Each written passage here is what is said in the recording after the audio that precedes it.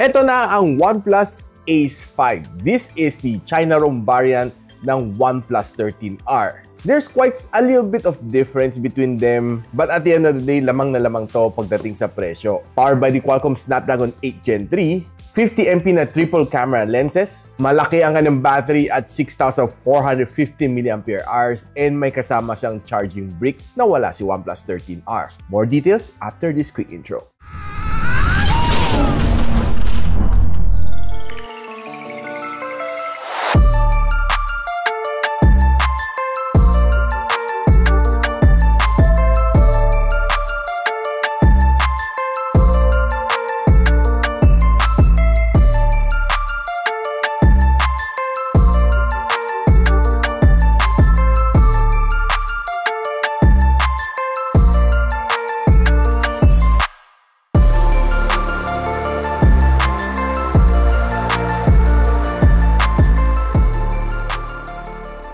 Now, ito si OnePlus Ace 5 na may 12 gigs of RAM and 256 GB of storage is currently selling at 21,990. Samantala, yung OnePlus 13R na may 12,256 na storage is priced at 38,990.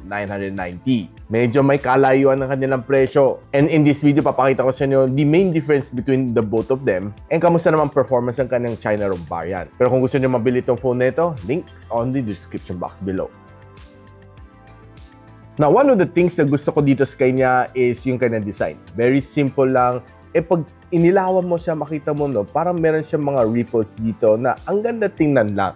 It looks like a machine finish, which looks really nice. Medyo may kunting pagka-engineering art yung kanyang likod. Now, ang likod nito is being protected by the crystal shield glass. Ang kanyang frames is aluminum side frames, and ang kanyang harap is a crystal shield glass as well. One thing to like dito sa kanya is matte finish, so walang fingerprints, definitely. One thing to like is nandito pa rin kanyang ringer toggle, which is very useful para sa akin. I can switch between silent, vibrate, and ringing dito sa kanyang side buttons. Honestly, gustong-gusto ko yung texture nito phone nito, and ang ganda ng grip sa aking kamay, no? And for its price point at around mga 22,000 pesos, feeling premium talaga itong phone nito. Just my honest take.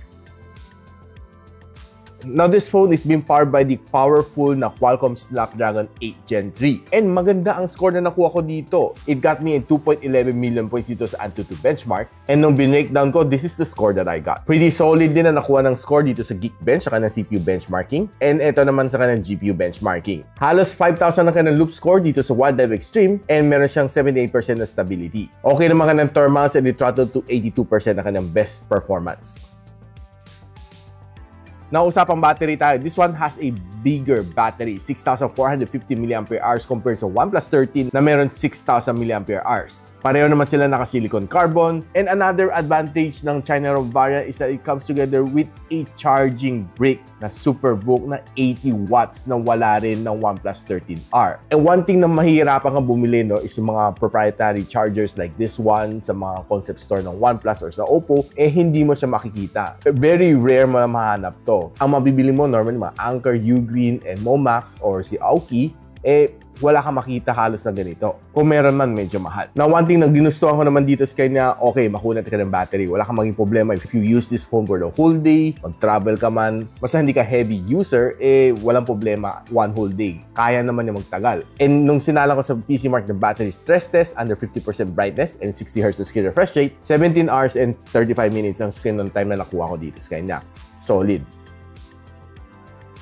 Now, ang kanyang display is similar, parehong-pareho sa 13R din. This one has a 6.78-inch na LTPO AMOLED display na may 120 Hz of screen refresh rate, may maximum brightness siya na 4,500 nits, and meron siya 92% na screen-to-body ratio. One thing to love sa mga display ni OnePlus is malinaw. Pareho sila maganda, no? 13R and ito si Ace 5. Malinis tingnan ng kanyang screen, and one thing to like dito sa ColorOS 15 is smooth ang experience mo dito. And by the way, it also comes together with Android 15. Now, if you're browsing sa mga socials dito, expect to give you a really nice experience dito, especially kung nagsuswipe ka lang sa mga reels, mga shorts, talagang wala kang maging problema dito. Very smooth ang kanyang transition. And if you're watching mga HD content dito sa phone na ito, expect mo na it will give you a really satisfying na experience as well. Now, this phone has stereo speaker. We have two holes dito na pahaba sa ilalim and we got one little hole dito sa ibabaw. Now, I know na medyo maging imbalance ang sound nito. I just want to test out kung gaano kalakas ito when you're using the loudspeaker to listen to Spotify, watching movies, or playing games. Sagarin natin volume.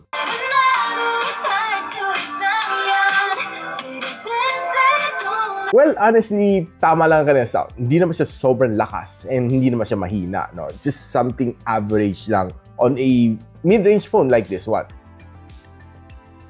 Now, sinabi ko naman sa inyo malakas ang processor nito, Snapdragon 8 Gen 3. So, I decided to play 4 games dito para may pakita sa inyo kung gaano kaganda ang gaming performance dito sa phone na ito. And I did play Call of Duty Mobile, Farlight 84, Wuthering Waves, saka si Genshin Impact. Now, pagdating kay Call of Duty Mobile, expect mo a really good experience dito sa kanya. And I did play several rank matches dito and VR matches. And it was really fun. Wala naman na feel na frame drops dito sa kanya and the controls is really fast. And the touch response is really fast. Ang pinakamainin na naabot ko dito is around mga nasa 41 degrees Celsius after 30 minutes. Pagdating sa Farlight 84, equally nice din naman ang gaming experience ko dito. Though, at some point beyond 15 minutes ng paglalaro ko, parang meron ako na feel na minor drops, no? Hindi naman siya masyadong halata if hindi mo masyado pinansin. Though I was just really focusing, tinitingnan ko talaga kung magkakaroon siya ng drops and lag along the way. Though, yeah, I did found out a few. Pero hindi naman siya masyadong grabe. Dahil siguro sinagad-sagad ko ng gaming graphics. Pero overall, the experience is really good. One thing to like dito sa kanya is very responsive naman ka ng screen on every single touch. And pinakamainin inabot ko dito is 42 degrees Celsius. Pagdating sa Genshin Impact, wala kang maging problema dito on this gameplay. Smooth naman naging experience ko dito sa kanya. And at a certain point doon, nung nagka-clash na nagbabakbakan ka on a certain point, nung medyo maraming kalaban, it was able to hold up naman on every single punch and it was able to hold up on every single action naman na pinipress ko. Responsive naman siya on every touch and well, average lang ka ng sounds. Umabot tayo ng 46 degrees Celsius after 30 minutes of gameplay. Pagdating sa Wuthering Waves, okay din ang experience ko dito. No? Though at a certain point, medyo naging mainit ang phone. Dahil siguro sa kanyang graphical settings sa sinet natin, sinagad-sagad din naman natin to. Pero I was able to enjoy yung kanyang gameplay. And one thing na gustuhan ko dito sa kanya is very clear ang display niya and malaki ang kanyang screen. Plus the experience is really good. Halos wala naman na feel naman ng frame drops dito sa kanya along the way. One problem na napansin ko lang dito is mainit siya, umabot siya ng 48 degrees Celsius after 30 minutes of gameplay.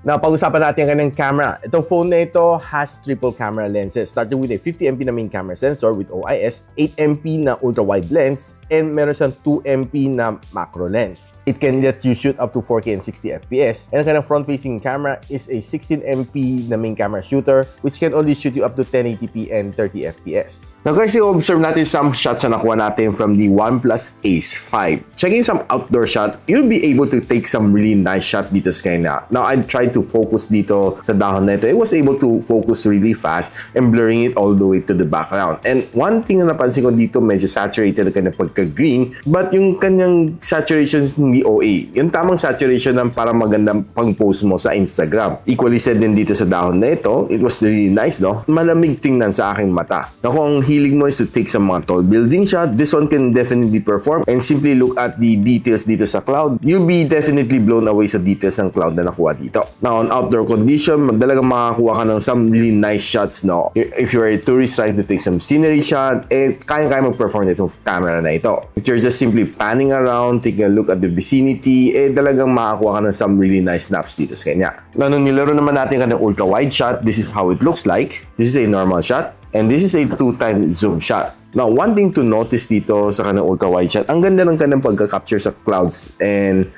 siguro masasabi ko lang sobrang dark ng kanang sky as opposed dito sa normal shot. And mapapansin mo rin yung green is greener dito sa ultra-wide shot. Now, if you go indoor on low light, makapag-focus ka na maayos dito sa kanyang camera, taking some really nice snaps dito sa camera na ito, and mga LED light on the background, you'll be able to see some really nice shots din sa kanya.